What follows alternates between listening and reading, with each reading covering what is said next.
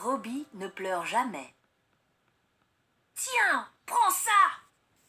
Ça faisait 1 heure que je recevais des coups de poing et des coups de pied, et le temps me paraissait long. Je n'avais pas eu de chance. Cette fois-là, on m'avait loué à un enfant cruel. Il criait « Défends-toi, robot ZX! Sinon je t'arrache un bras !»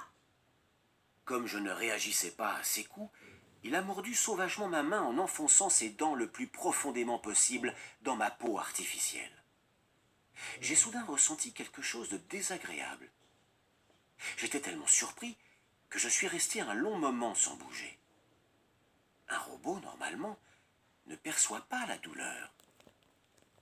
Le garçon s'est arrêté en me découvrant assis sur le sol, le visage grimaçant devant ma main abîmée. « Papa !»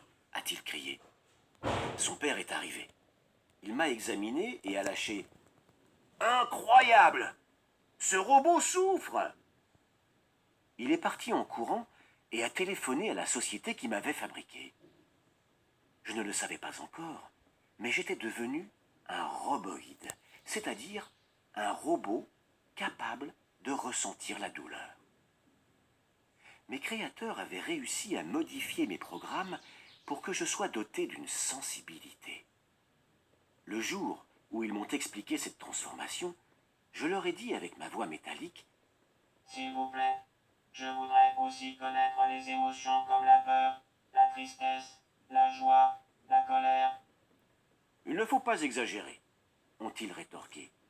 Grâce à notre savoir-faire, tu as l'apparence d'un garçon et c'est déjà bien. Maintenant, tu peux même éprouver des sensations, mais les émotions, elles, sont réservées aux humains.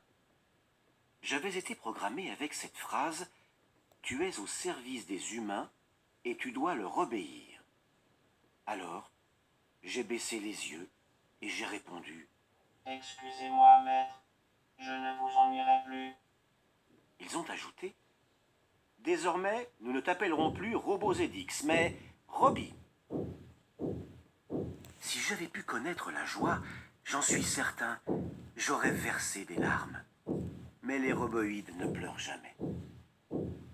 Comme mes créateurs craignaient que je ne demande un jour à devenir leur égal, ils ont envoyé un nouveau message à mon cerveau électronique. Tu es inférieur aux humains, et tu le resteras toujours. Du coup, je croyais vraiment que je valais moins qu'eux.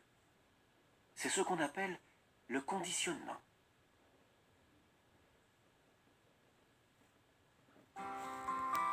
Thème 3.